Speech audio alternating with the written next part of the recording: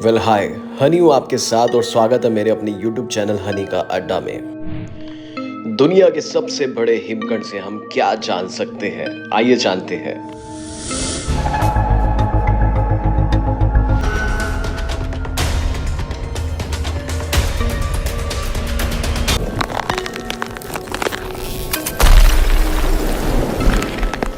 एक विशाल आइसबर्ग यानी हिमखंड अब सफर पर निकल चुका है और इसे A23 के नाम से जाना जाता है।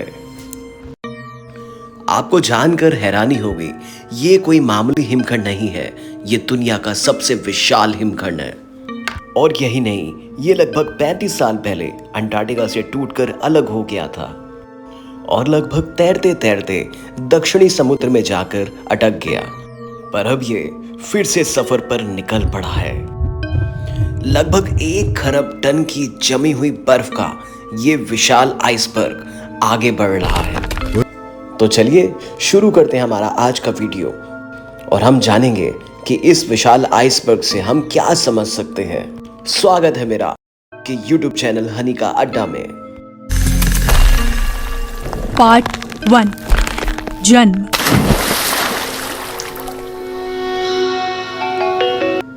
Doctor Catherine Walker Woods Hole Oceanographic Institution यानी ग्लेशियोलॉजिस्ट, जो कि हिमखंड आइसबर्ग की साइंटिस्ट हैं, वो बताती हैं कि हिमखंड आइसबर्ग होता क्या है। An iceberg is a piece of ice that's broken off. Iceberg बर्फ का एक विशाल टुकड़ा होता है जो पृथ्वी की दक्षिणी आइस शीट अंटार्कटिका और उत्तरी ध्रुव की आइस शीट यानी ग्रीनलैंड आइस शीट से टूटकर बिखर जाते हैं। इसके अलावा कनाडा और रूस के पास भी छोटे आइसबर्ग पाए जाते हैं। अगर हम साइंटिस्ट कैथरीन वॉकर की माने तो जो अंटार्कटिका है वो ग्रीनलैंड से 10 गुना बड़ा है। Greenland Laurentide ice sheet बर्फीले इलाके का हिस्सा था जो हिमयुग के दौरान अमेरिका और यूरोप में फैला हुआ था, लेकिन अब वो पिघलकर सिकुड़ गया है। हालांकि अंटार्कटिका की स्थिति कुछ अलग है।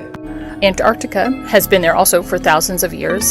It's centered. अंटार्कटिका की आइस शीट भी हजारों साल पुरानी है, लेकिन ये पत्थर पर बिछी है, जिसकी वजह से ये ग्रीनलैंड शीट के मुकाबले आसानी से बरकरार रही है और बढ़ती गर्मी का इस पर उतना ज्यादा प्रभाव नहीं पड़ा है। अंटार्कटिका और ग्रीनलैंड में एक और अंतर है, जिसकी वजह से अंटार्कटिका के जो हिमखंड है वो ज़्यादा बड़े होते हैं। दोनों ही जगह पर आइस शेल्फ की एक्सटेंशन है, पर साइंटिस्ट कैथरीन वॉकर का कहना है जो ग्रीनलैंड के आइस शेल्फ हैं वो पिघलकर सिकुड़ गए हैं। पर वही बात जब अंटार्कटिका के आइस शेल्फ की आती है तो वो टूटकर पतले हो जाते हैं और बिखर जाते हैं। मगर ये हिम चट्टान पिघलते और जमते रहते हैं और अंटार्कटिका की शीट के इर्द गिर्द एक बाड़ का काम करते हैं, जिसकी वजह से वो समुद्र के गर्म पानी से बचा रहता है।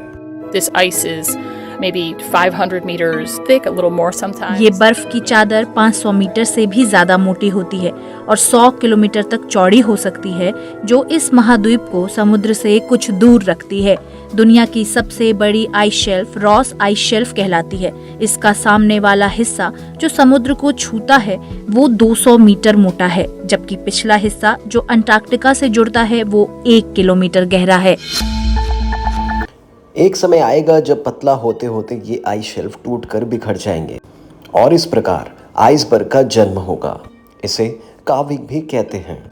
कुछ हिमखंड छोटे होते हैं और कुछ हिमखंड किसी बड़े शहर से भी बड़े होते हैं और कई छोटे हिमखंड जहाज़ों के लिए खतरा बन जाते हैं जो आसानी से दिखाई नहीं देते। इन हिमखंडों पर समुद्र की धार या करंट का असर पड़ता है।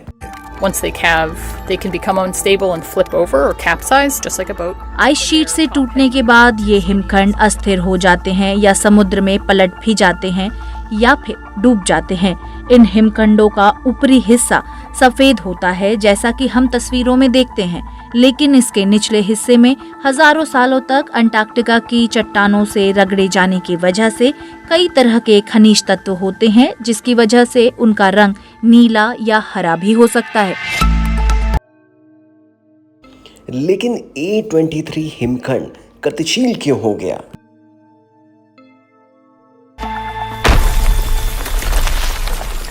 पार्ट 2 विघटन।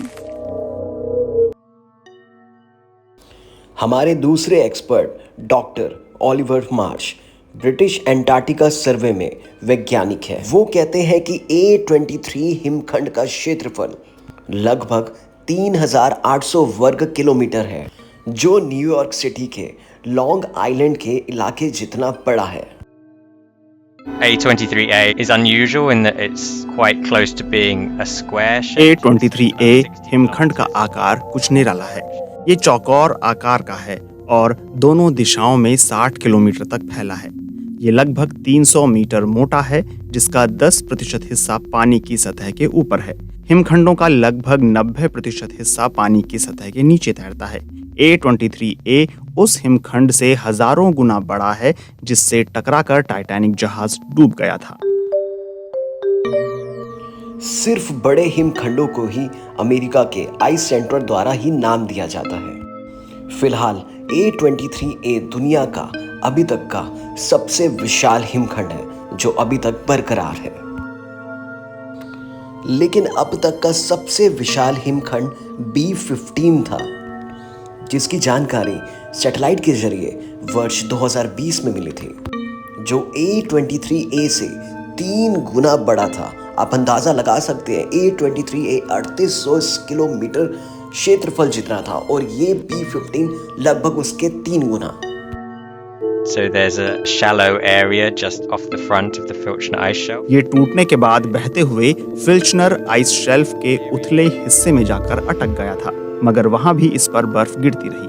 हालांकि वह इलाका काफी ठंडा है, मगर बीतते समय के साथ उसके किनारे पिघल गए होंगे और यह दोबारा आगे बहने लगा। A23 के आगे के सफर को हवा या दक्षिणी दिशा से करंट की धारा उसको आगे का रास्ता दे रही है। Icebergs travel around the coastal current. Antarctica से हिमखंड समुद्री धाराओं के साथ बहते हुए वेडेल सागर तक पहुंच जाते हैं और वहां से अंटार्कटिका प्रायद्वीप के पूर्व में एक ऐसे क्षेत्र से गुजरते हैं जिसे हम आइसबर्ग एली यानी हिमखंडों की पगडंडी कहते हैं।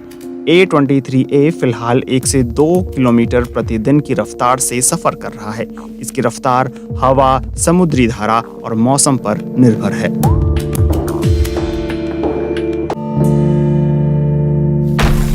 पार्ट 3 हिमखंडों की भूमिका।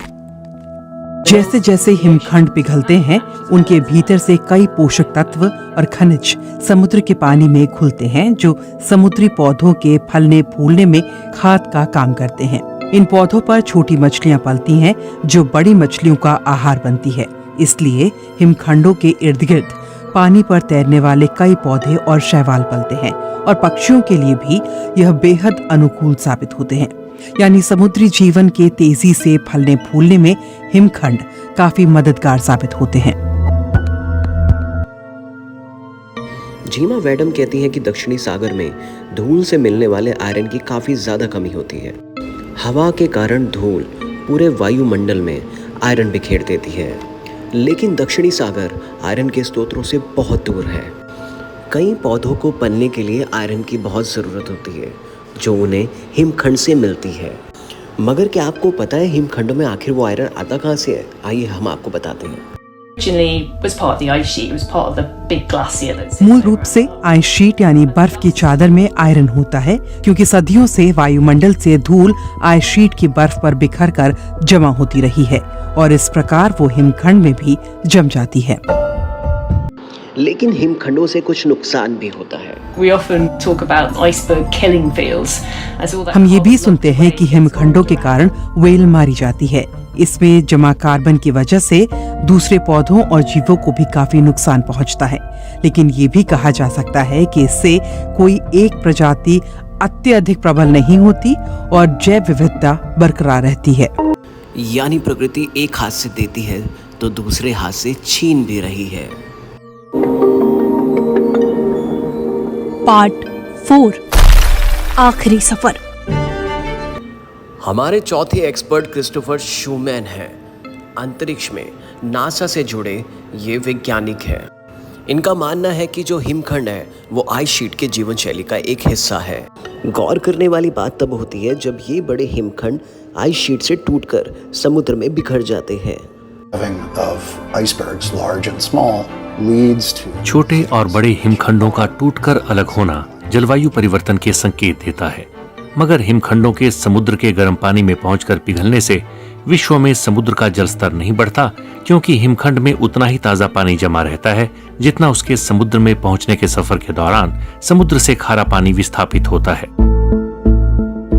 ग्रीनलैंड के इर्द गिर्द ग्लेशियर काफी तेजी से पिघल रहे हैं। आसपास की भूमि पर बढ़ती गर्मी के कारण ग्लेशियर पिघल सकते हैं। It's been seen across North America and Europe and even Asia. उत्तरी अमेरिका, यूरोप और एशिया में भी ये देखा गया है कि ग्लेशियर के नजदीक भूमि पर गर्मी के मौसम में तापमान बहुत बढ़ जाता है। कई जगह जंगलों में आग लग जाती है, जिसके धुएं के कण ग्लेशियर तक पहुंच जाते हैं, जिसकी वजह से उनका रंग काला पड़ने लगता है और इन धुएं के कणों की वजह से गर्मी के दौरान बर्फ तेजी से पिघलने लगती है। पिछले कुछ सालों से उत्तर पूर्वी ग्रीनलैंड में गर्मियों के दौरान काफी मात्रा में पिघला हुआ पानी ग्लेशियर के नजदीक की समुद्री बर्फ तक पहुंच गया। समुद्र पर तैरती ये बर्फ एक तरह से ग्लेशियर को गर्म पानी से बचाने का काम करती है। जब समुद्री बर्फ पिघल जाती है तो आसपास के हिमखंड आइस शेल्फ से अलग होकर तैरने लगते हैं। जब समुद्री गर्म पानी की धार समुद्री बर्फ को पिघला देती है तो वो पानी समुद्र में मिल जाता है। तो हम कह सकते हैं समुद्री बर्फ के खंड के स्तर से जलवायु परिवर्तन के स्तर का अंदाजा लगाया जा सकता है। लेकिन समुद्री बर्फ पिघलने की ये प्रक्रिया ग्रीनलैंड के मुताबिक अंटार्कटिका में कम देखी जा रही है। The Arctic has been declining for decades. Arctic या उत्तरी ध्रुव के क्षेत्र की स्थिति कई दशकों से बिगड़ती जा रही है और सैटेलाइट डेटा के जरिए उसका अध्ययन भी किया गया है, मगर अंटार्कटिका की स्थिति इतनी स्पष्ट नहीं है। हालांकि अब उस दिशा में शोध कार्य चल रहा है, लेकिन दोनों ध्रुवीय क्षेत्रों में समुद्री बर्फ का घटता स्तर बढ़ती चिंता का विषय है। जब ऊपरी सतह पर बर्फ पिघलती है तो निचली पुरानी बर्फ सूरज के सामने आ जाती है।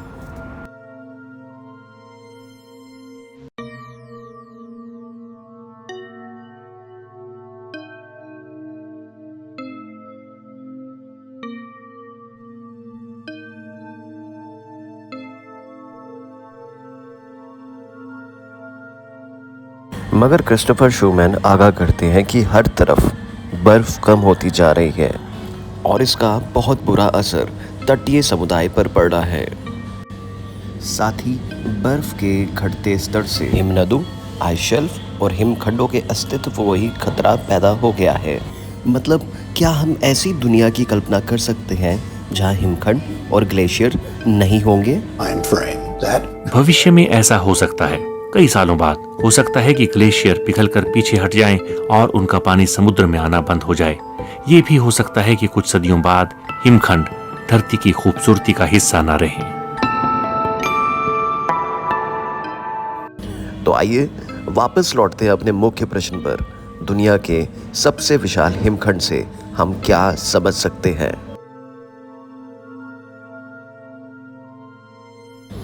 हिमखंड केवल समुद्री पौधों और जीवों के लिए चलता फिरता तैरता हुआ खाने का कोई सामान नहीं है, बल्कि ये हिमखंड एक चलता फिरता वार्निंग सिस्टम है जो हमें भविष्य के खतरों के बारे में चेतावनी दे रहा है। हमारे एक्सपर्ट क्रिस्टोफर शूमैन कहते हैं कि हमें ध्रुवीय आइस शीट को समझना चाहिए, क्योंकि ये हिमखंड हमें बता रहे हैं वहाँ की स्थिति वाकई बिगड़ने वाली हो चुकी है, जो पर्यावरण के आने वाले समय के लिए सबसे भयानक है।